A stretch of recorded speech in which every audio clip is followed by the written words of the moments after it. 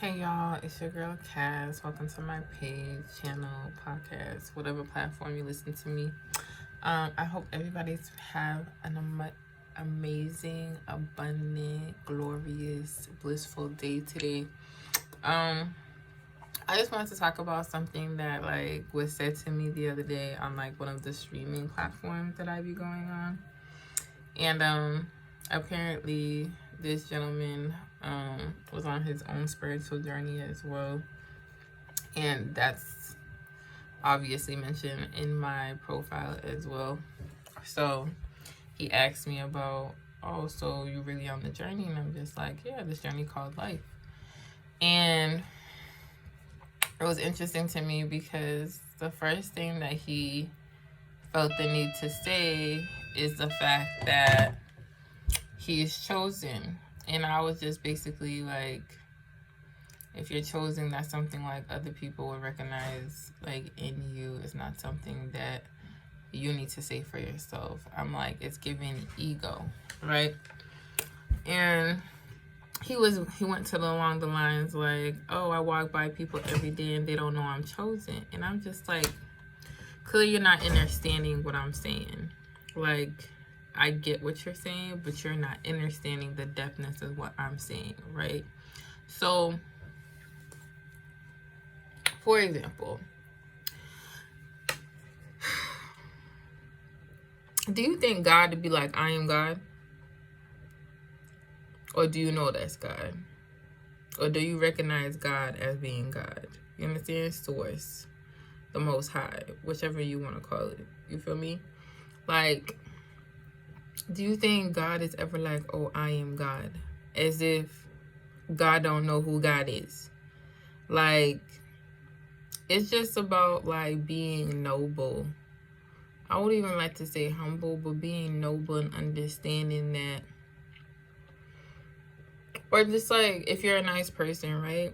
Nobody, or should I say kind? Because you could be nice to anyone. But if you're a kind person, do you just be like, oh yeah, I'm kind? If somebody tries to disrespect you or dishonor you or say something that's untrue about you, I totally understand you speaking on your behalf and saying no, I'm actually really this kind of person. But even then, you really don't have to convince nobody of who you are. It's something that should be recognized and understood, right?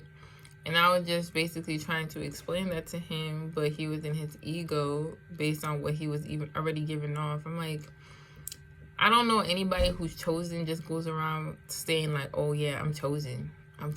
Just first time meeting somebody and be like, yeah, do you know how again, egotistical that sounds? If you know, you know. You feel me? It's not something that you need to be telling everybody. It's something that should go without saying, right? It's just like that quote, what's understood doesn't need to be explained. You feel me? And like they say, so the last shall be first and the first shall be last. Many will be called, but few will be chosen. You understand what I'm saying? So, and I think especially within our community, this us who are melanated, you think just because you're melanated that you're automatically chosen. That is not the case. At the end of the day, some of us did come here to just have an experience. And I feel for melanated people, you do have the opportunity to reach that enlightenment, to reach that ascension of being a chosen one. Because it's really a choice. Just like it says chosen, choice is in there. It's based on how you carry yourself, what you do throughout your life, what are you leaving behind? What was your impact on the world? What will people say about you when you're gone that will really be telling about those who are chosen? But again, it's not something you need to tell the world. It's something the world will tell about you, if you understand, to overstand what I'm talking about. So please don't be in your egos, because the same way you can talk so highly of yourself, God will flip you. Like they said, the last shall be first and the first shall be last. Can flip that on you so quick, and you don't even know what to do with yourself because you were so much in your ego and so unaware and unconscious of how you're moving and carrying the energy that you're withstanding, that it's not going to benefit you in the long run. Like, that's not how divine energy works, okay? It's real. It's just like your intuition. It's just like your conscious. It's real quiet, real subtle. You understand me?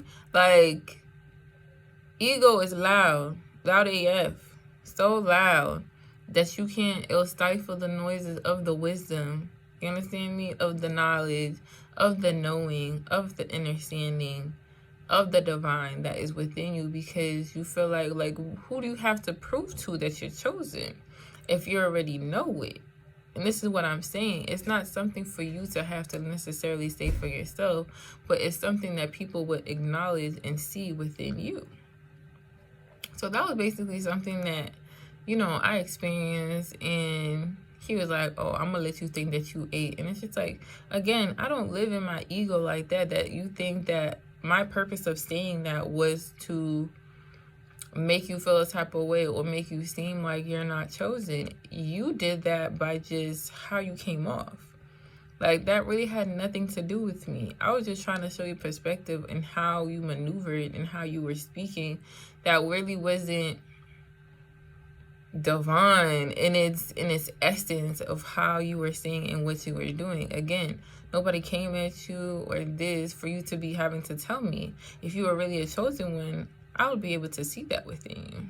Just like when it comes to certain people, I rarely say this because few are chosen.